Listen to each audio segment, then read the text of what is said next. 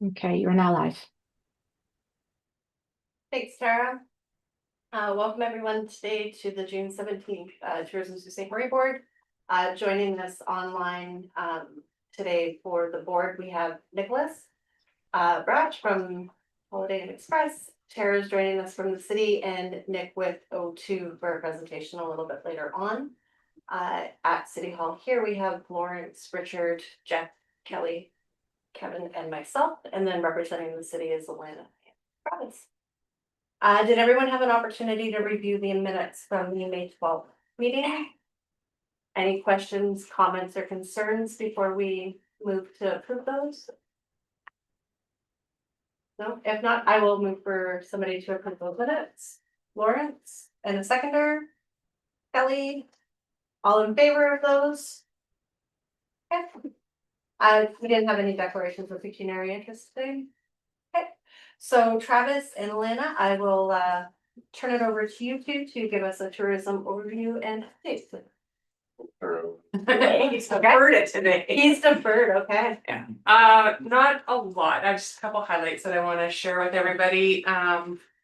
This coming weekend is the Queen Street Cruise, and aligned with that will be the unveiling of the double-decker bus this weekend. So pretty exciting time for those of us that have been working on that project the last couple years. What are they gonna unveil? So details will be rolling out in a press release. It'll be over at the Bondar Pavilion for an unveiling at 10 a.m. on Saturday morning. So is it 11? Might be 11. Yeah. So Come at night. somewhere in there. There's no place to park. So that's pretty exciting, and I had a chance to see the bus firsthand, and it looks pretty slick. It's gonna be great. Yeah. So. Cruise ship update. Just because I haven't provided one yet this year. We do have 10 stops. It's the exact same number that we had last year for the cruise ships. Still continually trying to work to get more back up to the 16, 18 stops that we had before, but it's a slow process. Other piece of information to share, we started a tourism quarterly newsletter. So we've sent 2 of them out now. Folks can go online if they're on our website. There's a chance to click here, subscribe now. We have a couple hundred people that are already subscribed to it, which is not a lot, but hoping to grow it. The click rate has been quite high. So the ones that are subscribed are engaged, they're opening it up, and it's mostly to try and push information about our attractions and events. So they are clicking through and we can see what they're going to. So hopefully we'll have that continue to grow over the next year, and our goal is to try and use that as a key source of keeping people continually engaged. It'd be a great one for kind of front desk staff and those that are kind of interfacing on a regular basis with visitors. Yep. Something we can share on social as well. Yep. Yep. And it's we can give you the link and I could share out, and it would just have the kind of latest and greatest for what's happening in that quarter. Yeah. And then just from the event side, it's been a busy couple of weeks. Highlights, we had the Jehovah Witness Convention in last weekend. This weekend is the Queen Street Cruise and the Community Strong Race Weekend. The dog show was last weekend as well, was it not? It's been. Yeah. Dog show. And then there's the powwow on Saturday for National Indigenous Peoples Day. So Wow. Couple big ones. And then next weekend as well, we have the O Cup and the Skeeter Slam. So very busy. That's all I had. Okay, anything else?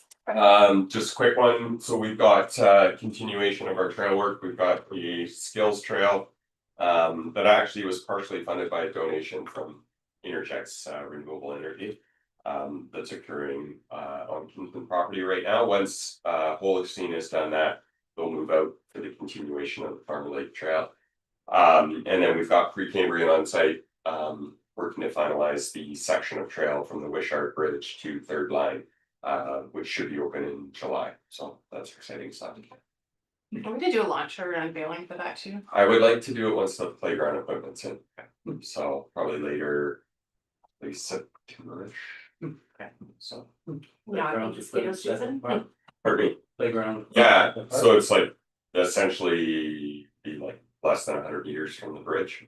So I think it would be nice to kind of have Showcase it all. showcase it Yeah, it all. looks spectacular. So It's something posted about it yesterday, I wanna say, with the different construction companies that are also being Yes. a part of it. They're Yeah. really proud of that too. so. yeah, that was really neat. So yesterday we needed additional material on the south side of the shore and you can't access it by heavy equipment.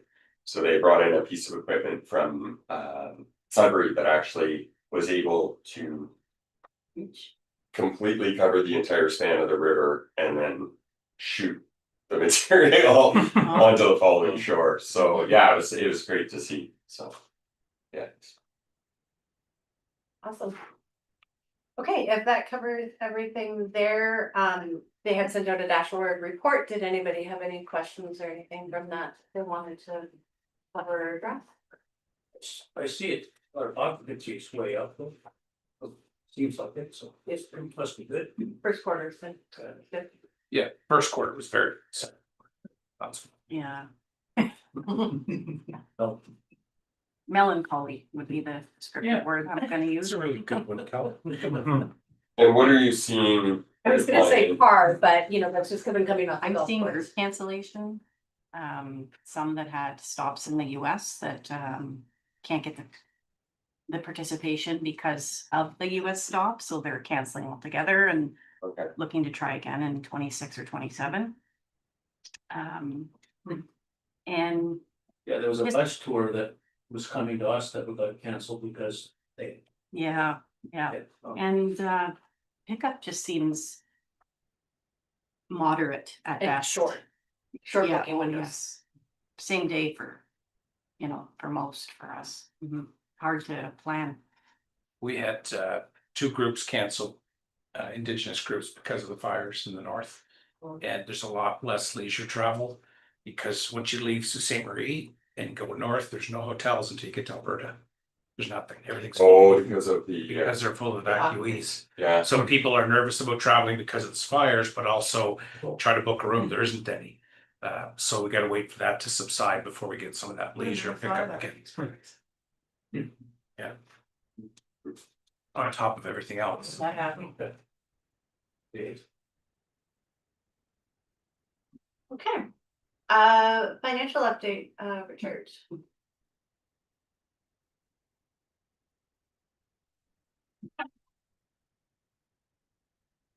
I really don't have anything really to say, unless people got questions. Yeah, Sure the account balance too. in our bank account, we've got, which is our bank, 872,000, so, as of today. As of 20 minutes ago, yep.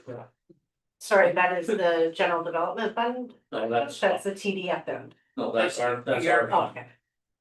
Residency St. Mary's Fund, not the TDF. The TDF must be around 500, 400. It's more than that. I Six. did say high sixes. yeah. High We can sixes. get the number.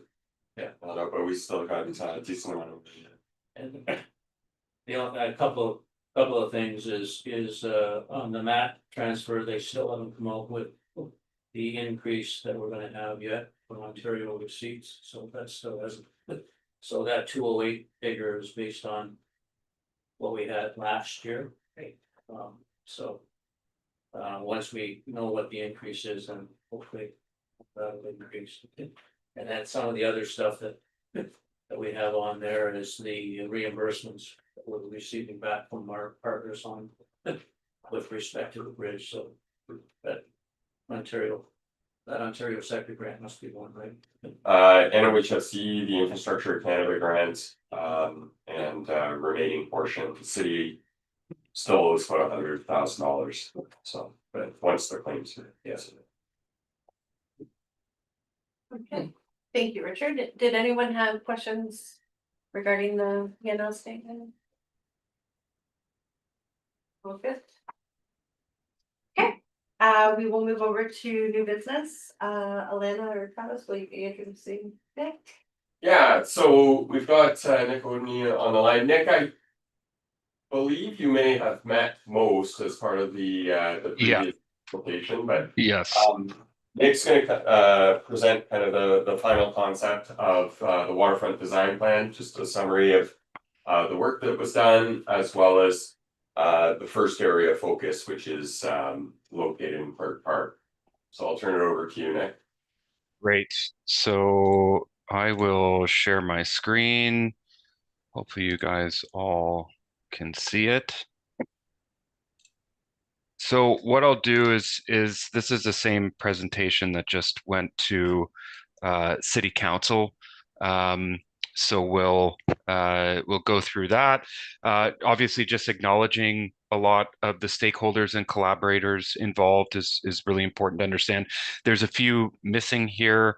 Accessibility group is not on here, as well as the Rotary Fest, but they were highly engaged through this process, and I'll talk about a little of that as we get into some more detail. But just to remind everyone of the scope of work, we're essentially looking at the Canal District to the old hospital site, and that essentially goes from Queen Street down to the waterfront in terms of the overall project area. And what's really important in you know, realizing a waterfront design and understanding the benefits of it, you know, we all know waterfront development is great for environmental and recreational benefit, but what we also want to highlight beyond equity is also the economic benefit, especially in Sault Ste. Marie with the opportunity for connection to the United States and potential tourism opportunities, and how really, you know, revitalizing waterfronts really does have a very high increase in visitation that is local and tourism based as well, which obviously generates more spending.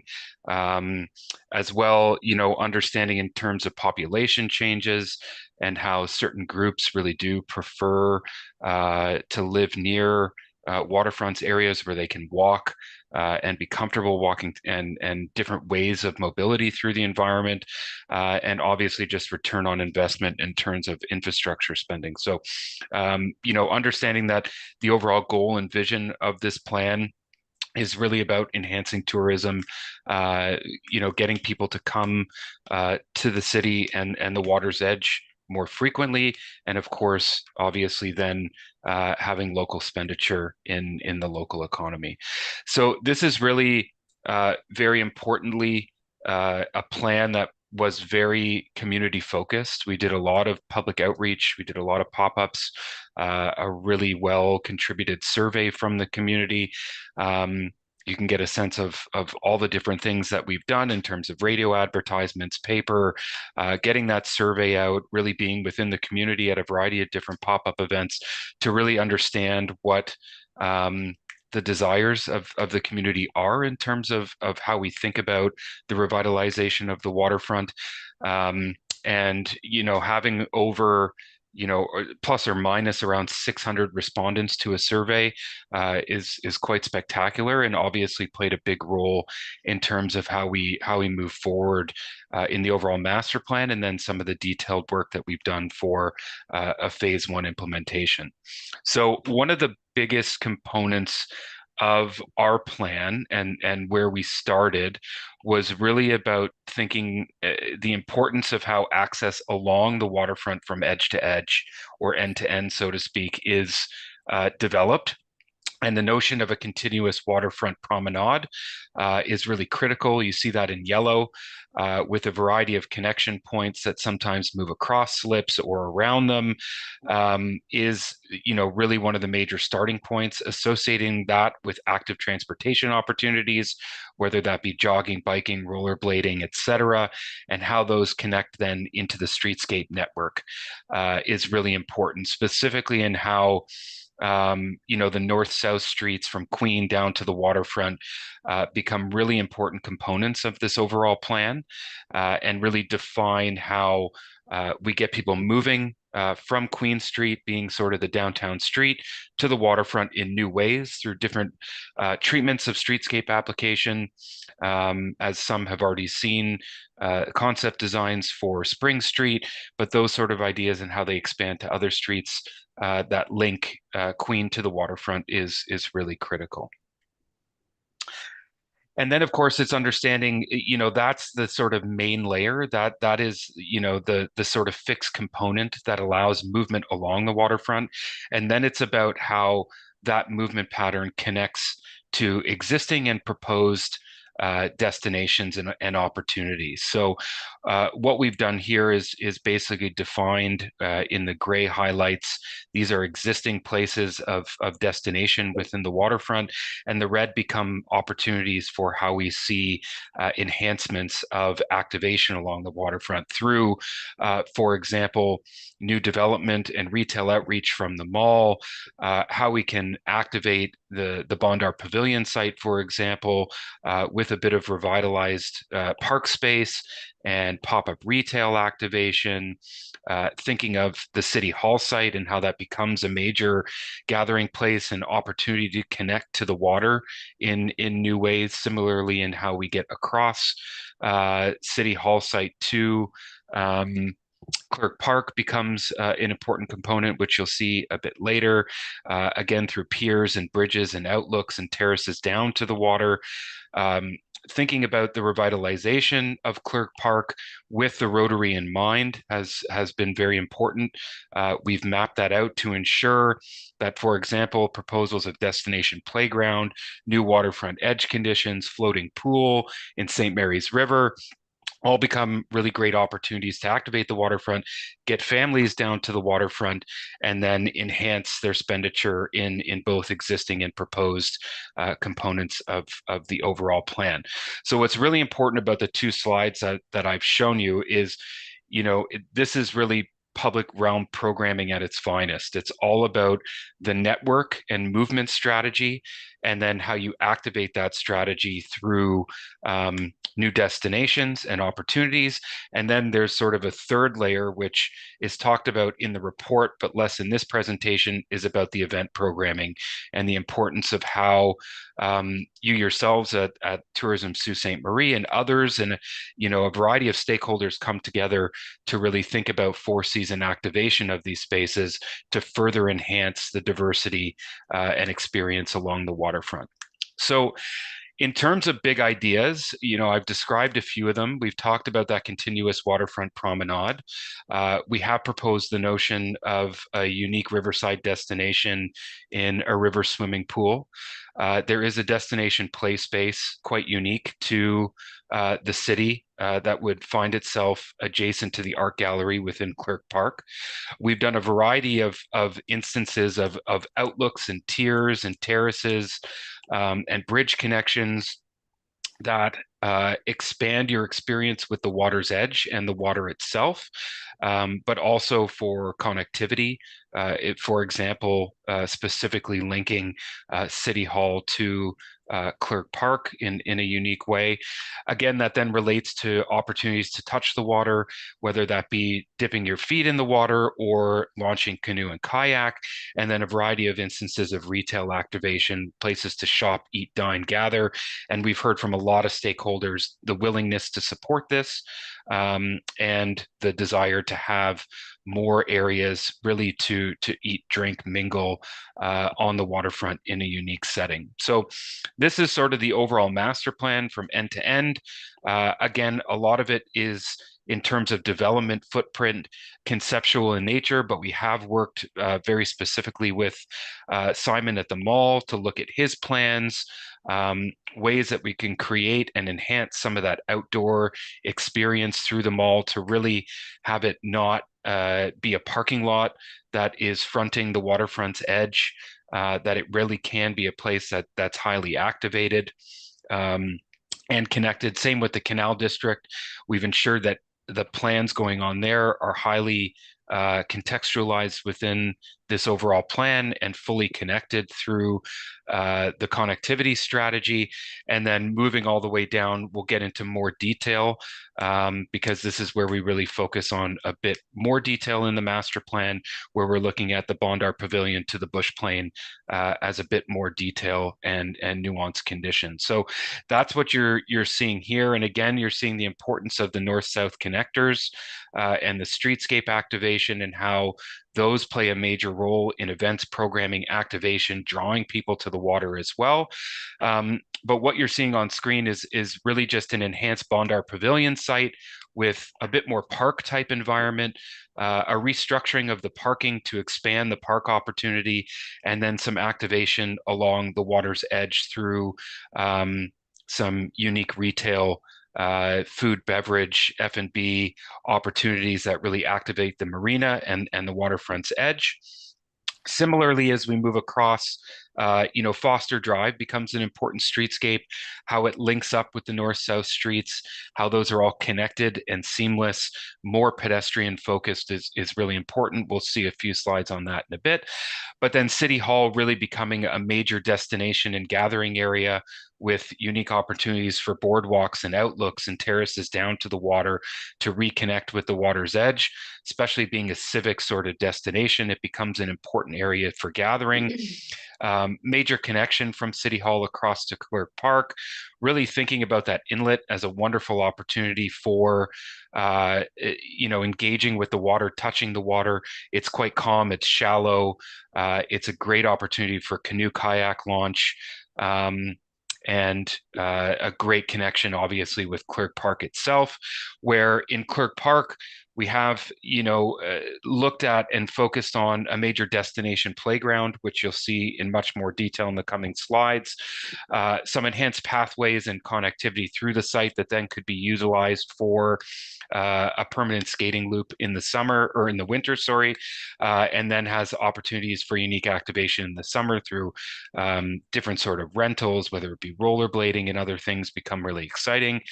A lot of work on the edge condition of the waterfront and St. Mary's River in thinking about climate change, resilience, but then opportunities for obviously unique activation of the water's edge for people to sit, engage with the water.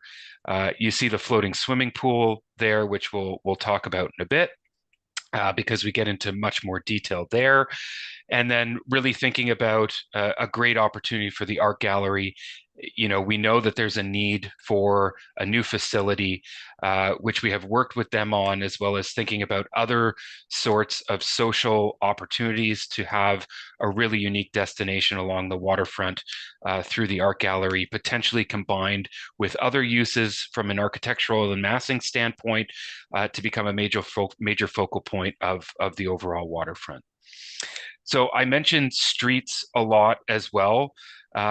Don't know how familiar everyone are with the terms WUNRF and complete streets, but Spring Street today is designed conceptually as a WUNRF condition. This is really about the notion of no curbs, unit paving from building face to building face, a major focus on pedestrians, much less focus on car.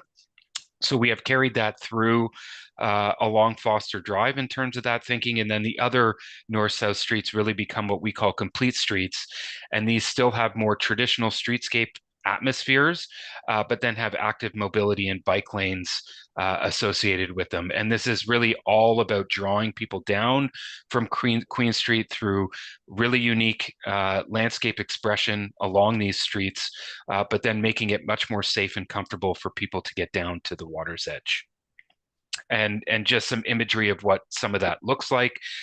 Some complete streets in sort of the top two images and the one on the bottom left. So you get a sense still, a little bit more of a typical streetscape condition, but with segregated bike lanes. And then the WUNRF type condition you can see in the other three images where you get that paving, no curb, building face to building face, so that there's a lot of opportunities for closure, street festivals, a lot of spill out, and activation along these streets, which becomes really important as we think about some of the festivals and events that happen. So what we wanted to show with a rendering like this is that, number one, all the great connections between Queen Street, the plaza, and the waterfront, but then that we are fully integrating the Rotary Fest into Clerk Park. But then what we're also showing is how with designs like this, with the way we've thought about the waterfront and the streetscapes, how these events can actually expand well beyond Clerk Park. Streets can be closed, tents and other things can be set up within the street. The spaces and places we've created along the waterfront at City Hall, at the Bondar Pavilion, all become opportunities to have this huge destination opportunity for Rotary Fest and others to combine, to expand, to grow, think bigger, and really create much larger activation along the waterfront. And then obviously we know, ourselves here in Toronto, up in Sault Ste. Marie, shoulder seasons are narrow and limited. So understanding winter activity is really important. Again, the notion that Clerk Park really does have an opportunity to have a permanent skating loop different from what's the setup today, and how again the retail, the activation along the waterfront still plays into wonderful winter opportunities. And these are just some views looking towards City Hall from our sort of finalized master plan, again showing events in Clerk Park, showing the new spaces and places, the new connections, the new waterfront walking, jogging, cycling opportunities, the lookouts, the opportunities of terraces to touch the water, the new edge conditions for resilience, all become really highlighted here. Again, a major moment between City Hall and the existing Montanas. A great sort of gathering opportunity, a large space that really allows for integration, sitting, viewing sunsets, art installations, and other things. Really becomes a civic opportunity for the city to come together and engage with St. Mary's River in a new and unique way. And then really the inlet between City Hall and Clerk Park as that opportunity for canoe kayak launch in Urban Beach.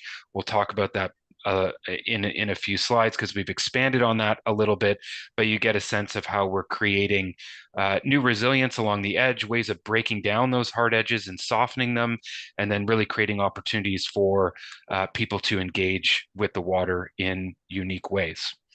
So from there, we then went into working a little bit more outside of the sort of final master plan to really think about what could a phase 1 be, and why we're focusing on this area was really about how the community really emphasized their likeness to a few key components of the plan. One being the destination playground in Clerk Park, 2 being an Urban Beach, and new edge conditions and terraces along the water's edge, and a floating pool. So what we wanted to do was expand our work on this a little more, really think about some high-level costing so that we can focus on potential for implementation in the future of some key elements of the plan. So what you're seeing is a little bit of move from the previous slide. If you can follow my cursor, we originally had an Urban Beach on the inlet. We have moved it to a bit more prominent location along the water's edge and tied to a new river pool idea, which is a pool that can be set up and taken down between summer and winter months. This is very similar to a project that is in Ottawa that does a very similar thing. It is swimming in St. Mary's River. We have seen a lot of water testing, water quality testing. The water is clean and safe. It's important for people to understand that so they can engage with the water in unique ways. And then really thinking about the edge conditions and the connection to the destination play environment. So with that, we expanded on some of the renderings just to show some of these ideas in a bit more detail, and how an urban beach can interface with the waterfront promenade, the edge condition, the floating pool, how that then becomes a wonderful viewing platform for the freighter ships and other water activities that are happening along the St. Mary's River, becomes a really exciting opportunity for a unique destination along the waterfront. The river pool again itself, and again, this is a takedown, a pull out and store over the winter, and then you reinstall this in summer months. Becomes a really, again, unique opportunity for drawing people to the waterfront from people in Michigan looking across, saying, hey, look what's going on here, let's go visit, and have a really wonderful opportunity to engage with the waterfront in a unique way here. And in the background, you see how the beach interfaces, and this becomes a really great sort of synchronization of two uses here, along with new terrace and breaking down some of the steel pile walls that are already needing some repair work. And then the destination playground becomes sort of a big feature of the overall plan. And this is just a small portion of it. But the notion of designing some pretty unique structures, unique to some of the habitat and ecology that we find in our research, in terms of the different sort of bird species and elements along the waterfront. The notion of fishing, you can see here in the background, how all of these elements can then play into a really unique sort of destination for kids and children. Again, something that we're experiencing here in Toronto. We don't have a destination play space like this in the city. It is coming in the Portlands here, and these are becoming quite important opportunities for tourism and families in a lot of cities around the world. And again, it's that idea of people coming to the shores of the Michigan side, seeing what's happening here on the Ontario side, and saying, let's go visit. This becomes a really great opportunity for families that are not only living here, but also for those wanting to travel in different areas of Ontario. So a lot of accessible features here that aren't necessarily shown. Again, this is just a small portion of it. It is quite a large size of a destination playground, but a really great opportunity to do something quite unique to the local area. So that is the quick and dirty of the overall master plan in a short form. So happy to answer any questions, have discussion on any elements, and I'll leave it at that and open the floor. Thank you, Nick. Absolutely. Anyone with questions, comment, discussion? Spectacular. Really good. I think it creates a lot of excitement for the downtown. A lot of energy, really will encourage people to come and visit more than just one-off here and there. They'll want to bring their families, time and time again, which is fantastic. Just wondering if there was bird management taken into consideration. We had the same question brought up. We did, yeah. So yes, it is Yeah. certainly. They've got this goose management plan that's rolling out. We'll be looking at how that's incorporated and any other kind of measures that we need to do. Mm-hmm. I mean, it sounds silly, but it is. It's huge. It's so true. It- Yeah. Yep. It's just awful. And I didn't think that you didn't, but I just wanted to check in. Really? Is there conversation about closing some of those streets seasonally versus year round, or just for events? Yeah, let's talk about that. So one of the more interesting aspects of the plan is that we see the opportunities of all these streets connecting Queen to the waterfront to Foster Drive for opportunities for closure at certain times of the year for events, whether it be the big car show that happens, whether Rotary Fest wants to expand larger and beyond Clerk Park itself, have a lot of opportunities in the streets. You see that in many cities. Tent setups and close down as a unique way to not only draw new types of development along these streets, but then to really activate them. But what you're seeing a little bit off screen that isn't necessarily shown in great detail here. I'll see if there is another this plan probably shows it a little bit better. We have talked with the mall about closure of the road that exists along the mall, along the water's edge that ties in to this intersection here at Foster Drive. And that was a very strategic conversation we had with them in relation to a variety of different things, whether it be from a development perspective in the way they're thinking about things, but also how some of the mall retail could work its way outboard and really activate that waterfront promenade so that this section could become a really critical pedestrian zone that has really unique shops, retail, that really activates this zone and connects with the Canal District in a really unique way. So that's something that we have proposed.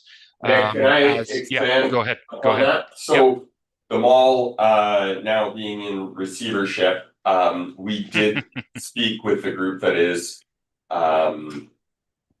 assisting with the sale of the property, and we shared this plan with them so that they could pitch it to the individuals that might be looking at the mall. The other one, when we did propose this or engage with the previous owner, you would have access directly to the Delta, and it would be correct at the Delta or just past the Delta where the relocation of the road would be, so you can still drive through the mall parking lot. Correct. Connecting on to Gore, it's just at much slower speeds. Yeah. And again, geared towards more individuals that would be visiting the area rather than right now it's kind of a pass through to get people north from this location. Yeah, and that's a good point, Travis. We're maintaining the existing Delta entry location where it is.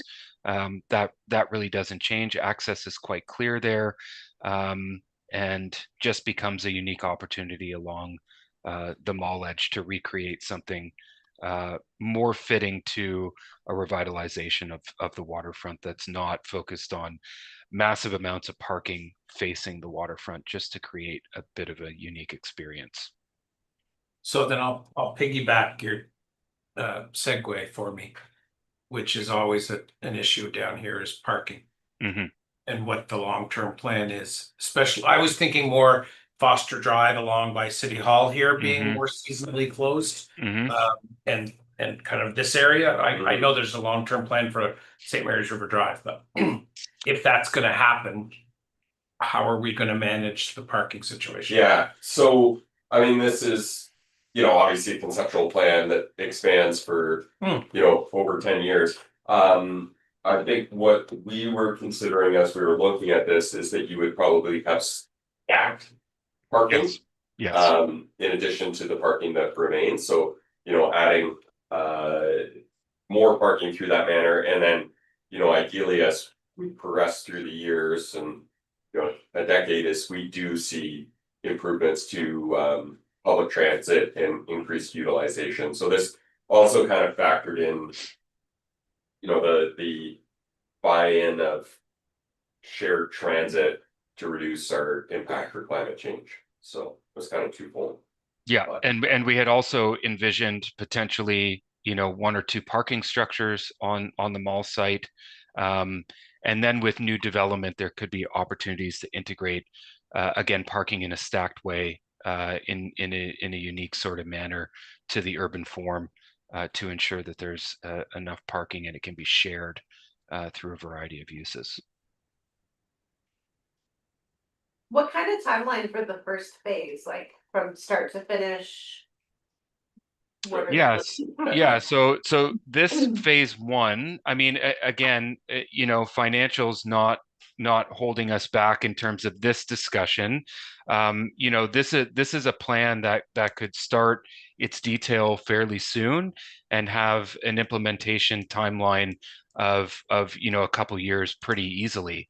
It's just a matter of, you know, the funding mechanisms and other things to ensure that we can meet those obligations. So this is, you know, it was taken because, yes, these were sort of some of the key elements that the city community really felt were some of the stronger aspects of the plan, but this also becomes a great opportunity for first phase of implementation because other than, you know, some permitting and other things, this is not too complex of construction, so to speak, in order to get a first phase open as soon as possible. So, you know, if Nick would pick up the pace and you know, get me kind of the next phase of we've got obviously a pretty good relationship after a couple of years of working together, but kind of how we would propose it is, as Nick mentioned, we need permits because we're accessing the water. So ideally, speaking with the engineers, you need, you know, approximately 60% of the design done so we can apply for the permits. You also need the permits in place to apply to NOHFC and FEDOR. So we're hoping to come back to the board very soon with a proposal on the design work and ideally kick this off you know, either later this summer or potentially in the fall. Get through that phase. We'll also refine the capital cost estimate at that point. We'll bring it back to council and then in the interim we are doing quite a deep dive in terms of what funding opportunities are out there, both provincial, federal, and potentially we'll be looking at some fundraising as well. So Do we have to do an RFP for the engineering people? So the design work, we do a continuation, which is kind of standard practice within the city. Is, you know, it becomes difficult to, you've got one group that's done design to date and then to swap out and sometimes you have disagreements about the design, so it's easiest to do that. We'll likely incorporate an RFP for the engineering work for that, but it should be fairly limited at this stage, and then once you get into kind of construction management, we'll probably do school work. With this current design, do we maintain the integrity of the hub trail, the cycling trails as well? Yeah, so we would we probably improve the aesthetics of it down here, and then the thought is like the area around City Hall is public land, but I think it feels very much like private land, which is why you know, eventually once we put the bridge in and redevelop this area, hopefully we can attract more people, you know, all the way through the waterfront. But yeah, the hub trail would be a continuation. Yeah, the hub trail essentially becomes a revitalized waterfront edge promenade. That it does change shape sometimes. Like we try very hard within the plan to hug it towards the water as much as possible, and that has lots of opportunities that you see in other waterfronts throughout the world that have, you know, shared uses. But we have envisioned some very specific areas that get their own segregated cycle track for different types of mobility, and that could be bike, it could be rollerblading, it could be scooters, it could be a variety of different things. But essentially the hub trail does become the waterfront edge promenade. I think you'll see when we do that slower speeds through some of the sections for the cyclists and whatnot, because it's going to feel different, but yeah, continuation is important.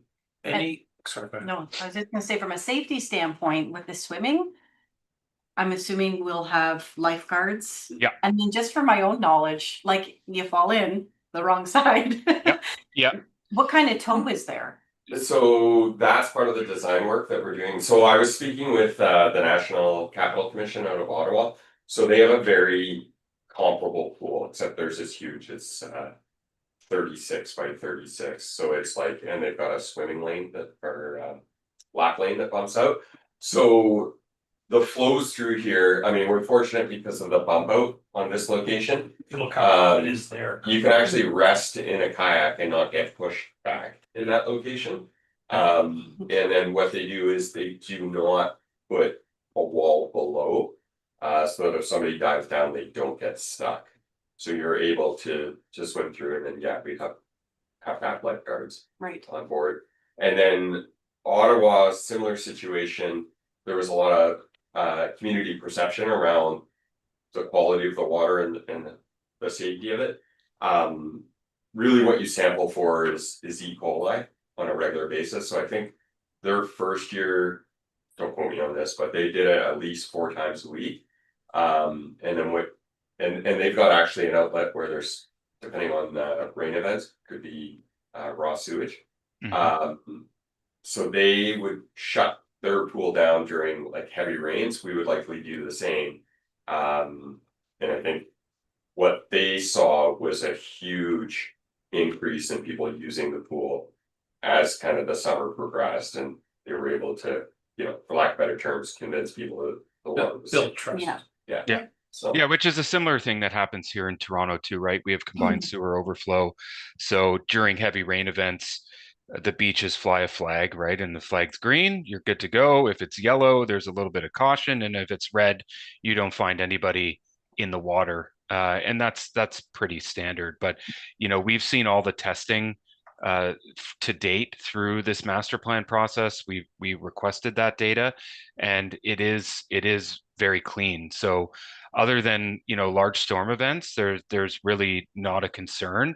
It's more about how do you relay that to the public, and that's just a strategy that can be taken to just promote to the public that it is safe. And I think you will see a lot of activity here because it is quite unique. Again, we don't have one of these in Toronto. There are proposals for them, but I think this sort of swimming is something that is a very unique draw, which you see in Copenhagen and Denmark and lots of places around the world. So why not do it here? And then the opportunity to pull it out during the winter is another huge benefit to ensure that this sort of expenditure is maintained and doesn't run into any issues with winter freezing and other things.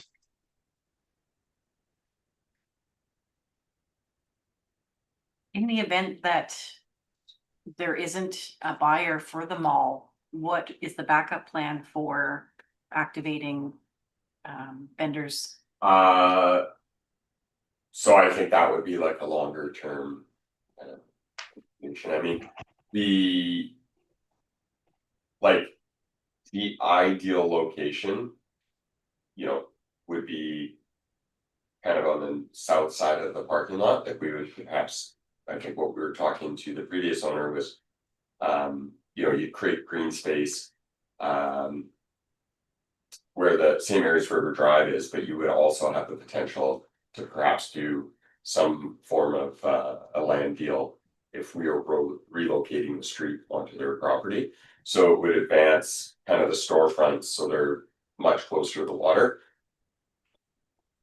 We'd have to take a look whether that's actually feasible if there wasn't an owner on the mall. So, Right.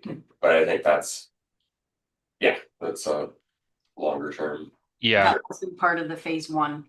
no. So, part of it. Okay. So with phase 1, we focus on the lands that the city control.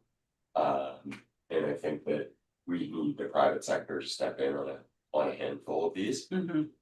Certainly with the Suncor site, that's one where we're hoping to land the plane on soon. And then that would be, an opportunity. We just need Suncor to get on board, but it seems to be headed in that direction. But if it's possible, and we did propose this in the master plan, like obviously depending on ownership, there could be an opportunity to shut down St. Mary's River Drive and force people through the parking lot. And really, you don't have to redesign the road. You just have tents and other spill out opportunities along St. Mary's River Drive, along this frontage. And you could do that as a pilot project even very quickly, just to test out the scenario and see how it works, as a way to activate it, especially in an interim process too. So there are opportunities there. It just wasn't the main focus of our first phase of implementation. Algoma Central, they're right out of real estate. I have no idea. Yeah, I don't think they're even interested in engaging. They're just leaving, is it CBRE? Yeah. To manage it and try and, you know, if it doesn't sell in the next year, I think there's an opportunity to talk to them and say, hey, look, we have this plan. Yeah. With your approval, this could really enhance the value of your property. Mhm. That's a couple of years down. Yeah. Okay. And then the only other comment I had was just about the art gallery and their desire to enhance that waterfront Yeah. with a feature. And has there been conversation and then with the opportunity to collaborate? Yeah, we have had many conversations with them, including one probably a week before we brought it to council. So the design concept includes, it's actually larger than what they were planning, but it does include a new concept for the art gallery. You know, I think that they've got to kind of take the next steps with that, and then, as I understand, you know, the good capital fundraising program as well. But we are engaging, and I think the nice part about the destination playground is it's an excellent combination of kind of public art plus play equipment, which would draw young families and hopefully, you know, could increase visitorship to the art gallery amongst other assets. Yeah, So and we one really doesn't saw, negate the other, you know. Yeah. and There- we really saw the art gallery as a should be a building with a very unique architectural expression, to be a main feature along the waterfront.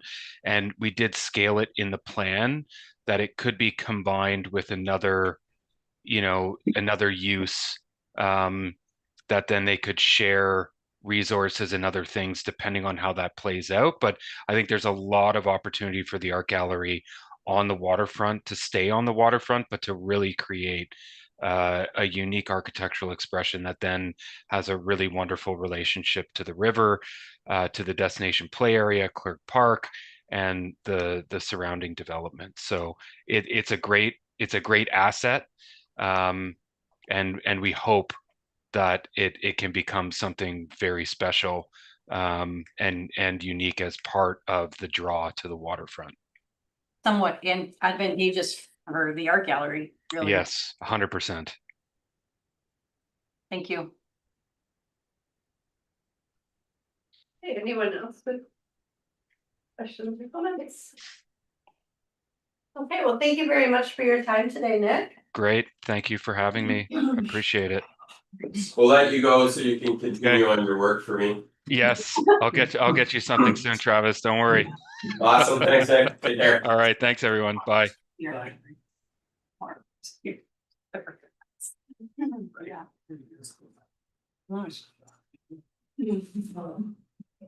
Okay, so next up on the agenda is the Tourism Development Fund applications. We have two of them to review.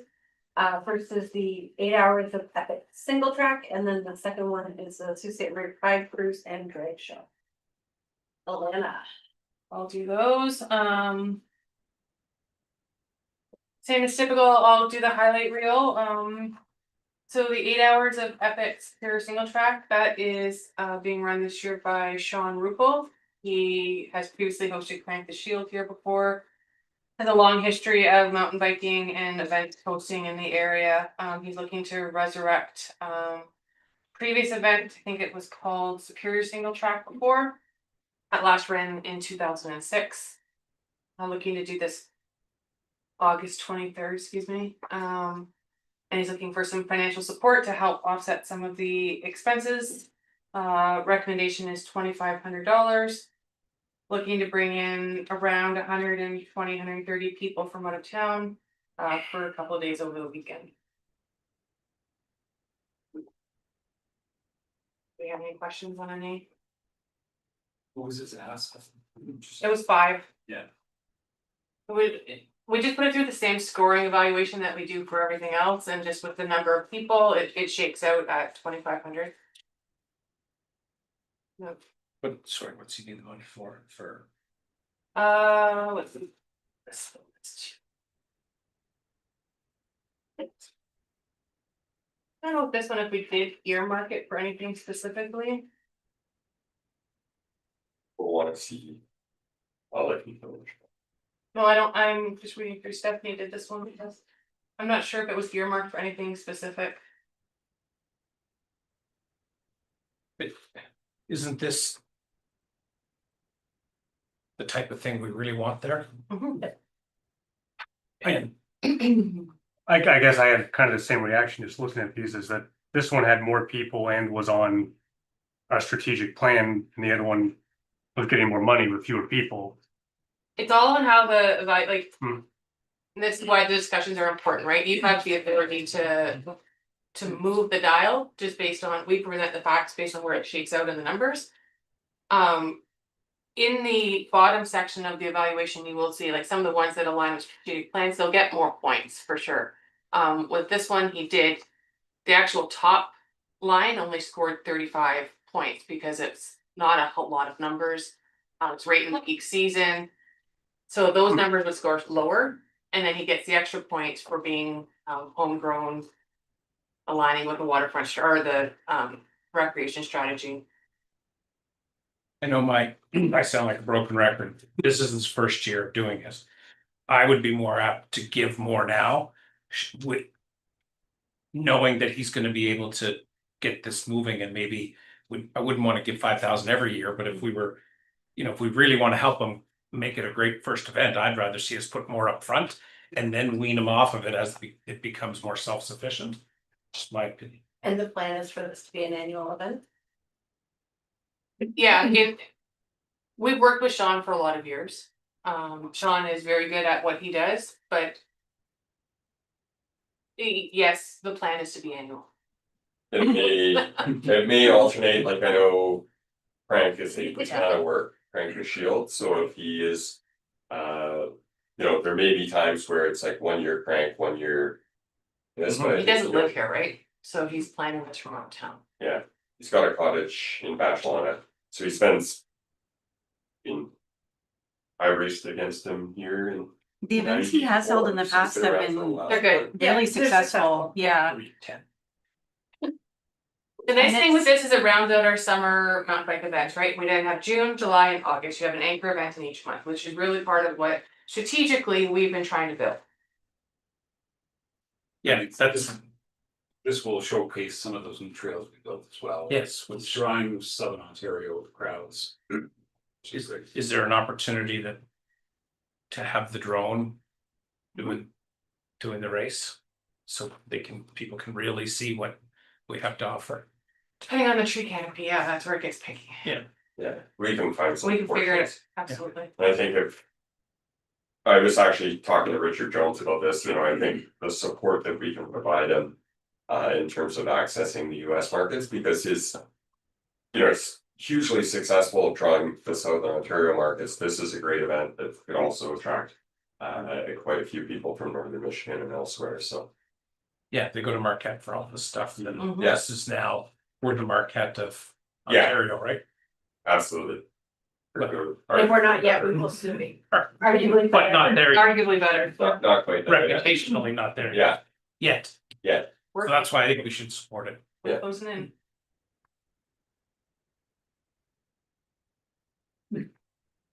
You're saying with the higher amount. Yeah. My recommendation. I think there's a lot of really great merits here, and again, just based on Sean's success rate with previous events, I'm in agreement with Kevin. Yeah, I don't disagree with that either. I would just love to see Sean's events continue on an annual basis because they were a huge success. easy to put in a team for. This board. Let's do it. I will volunteer Yeah. at the event. Just getting back on the bike after 40 years. I'm a little slow. This is a little better one to start with, right?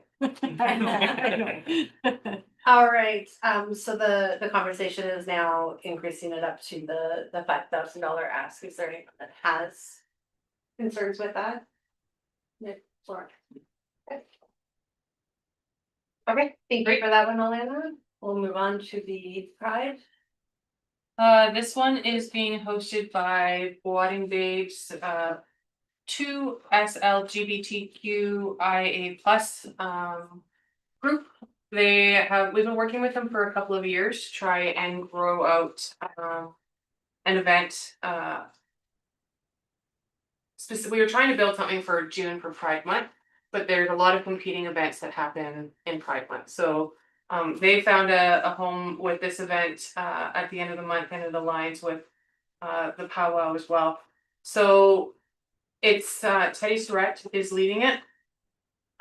The first event that they did was very small. Second year was growing a little bit. So we've been working with them to continue to try and grow it out, provided some recommendations around venue spaces and how to open it up, get more people involved, and bring in some influencers, drag influencers to try and attract more people. So this is small scale, looking to grow. There is an opportunity to kind of own that Labor Day weekend space. There's not a lot of conflicting events in the north in that timeline. So we think there's an opportunity to grow it. Don't think it'll ever be in the thousands, but if we can get in a couple hundred people over that weekend, it would be great. That's the goal. They're running a VIP cruise on the Miss Marie, and then a show and after party over at the Delta. So this money is specifically to help bring in the influencers. So how many people does the Miss Marie hold? 100. So it's not everybody that's gonna be No, on it's just a this. few, yeah.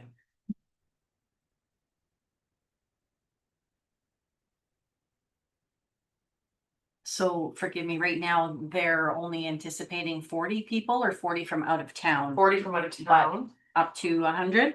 Then we want to get them there. Yeah. Yeah, Mhm. we want to get them there. Last year it was around 40 from out of town. Mhm. Ideally, we meet that mark and can see more this year. Mhm. And a lot of them will come depending on who the influencers are.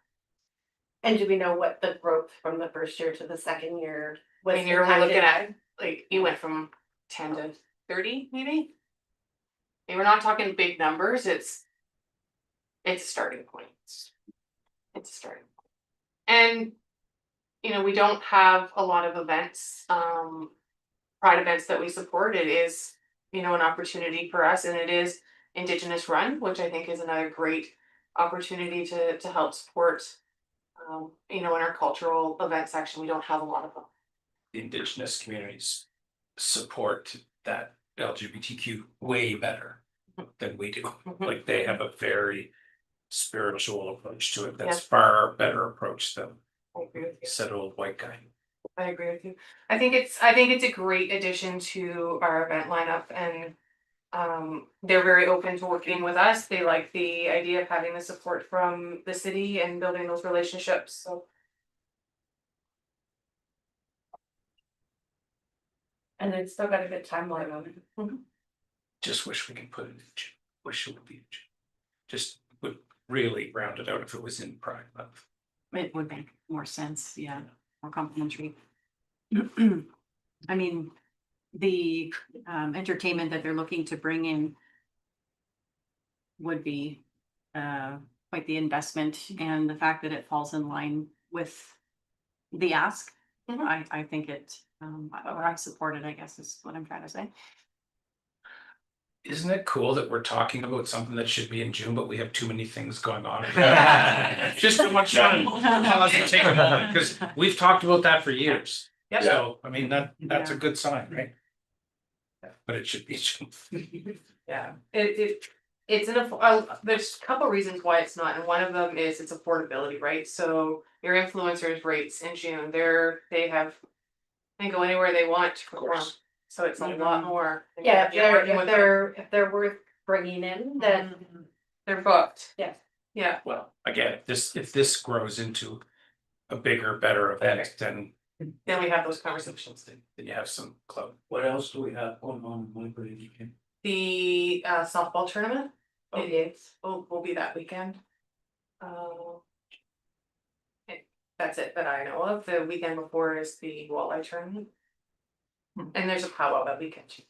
Lots of university students moving up. Oh. So the hotels are busy with kids moving up. Yeah, maybe not as many as previous years. Good, that's all I have on my end. Okay, any other questions or concerns with regards to the recommendation of 4,500 for this? Okay. Excellent. So that covers our 2 TDFs. I will go through and read the resolutions now. Are we amending the first one? Yeah, I've amended the first one. Good. Yeah. Nobody else seemed to have any concerns, and I think that it's one that has legs. Okay, so the first resolution is regarding the 8-hour of Epic Superior single track. And that one reads, be it resolved that Tourism Sault Ste. Marie Board of Directors recommend a contribution of $5,000 through the Tourism Development Fund Conference and Special Event Stream to support the 8 hours of Epic Superior single track to be hosted August 23rd, 2025, and that a report be submitted to City Council for approval. Do I have a mover for this one? Jeff? And a seconder? Lawrence? And all in favor on this one? And that one carries. The second TDF is in regards to the Pride Cruise and After Party and reads, be it resolved that the Tourism Sault Ste. Marie Board of Directors recommend a contribution of $4,500 through the Tourism Development Fund Conferences and Special Events Stream to support the Pride Cruise to be hosted August 29th, 2025, and that a report be submitted to City Council for consideration and approval. Do I have a mover for this one? Jeff? Kelly is the seconder. And all in favor? And that one carries. Okay, that covers today's meeting. Did anyone have anything else that they wanted to bring up? Date change to the board next month. Date change? Yes, Mhm. I'm not sure if this is feasible for everyone. But because of the cost estimate that I'm hoping to receive from Nick imminently.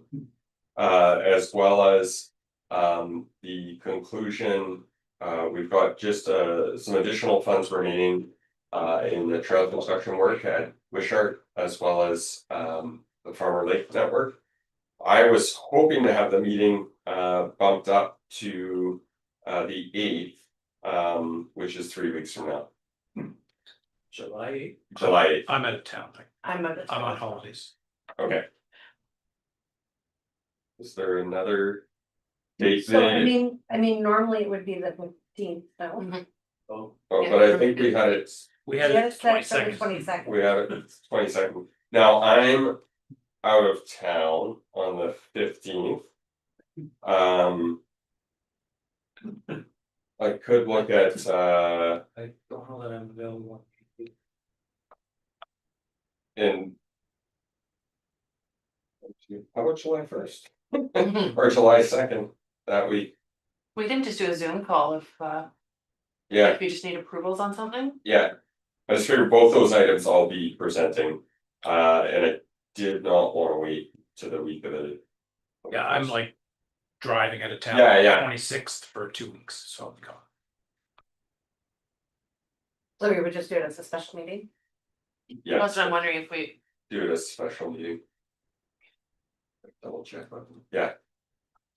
It's those 2 items that I just, based on the council schedule, if we wanna get going on the waterfront design plan as well, we don't need council approval through the extension of the contracts, but yeah, I would like very quickly to get going with waterfront design, because it'll tee us up for grant applications, hopefully. Let's see how it goes, hopefully in Q1 of 2026. I'm away the first week of July, but I would be available at any other time. In July. Yeah, if you do it by Zoom. Try to get more Yeah. people. Right. You're going to Halifax, I'm assuming. Yeah, I'm going, well, Cape Breton and Halifax, I won't be available. Okay, why don't we send out a doodle poll? Yeah, because and we'll if see we do what it they- by Zoom, you don't need a room booking, we can just schedule it for a time that works for you. Yeah. Yeah. It's actually be kind of pleasant about that. Otherwise. It's just everything. Okay, we'll send something out and try and find a time that we can pick for them.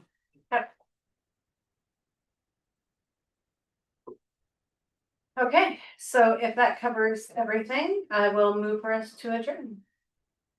Kevin, seconder, Lawrence, and we are done. Thank you, everyone, for your time today.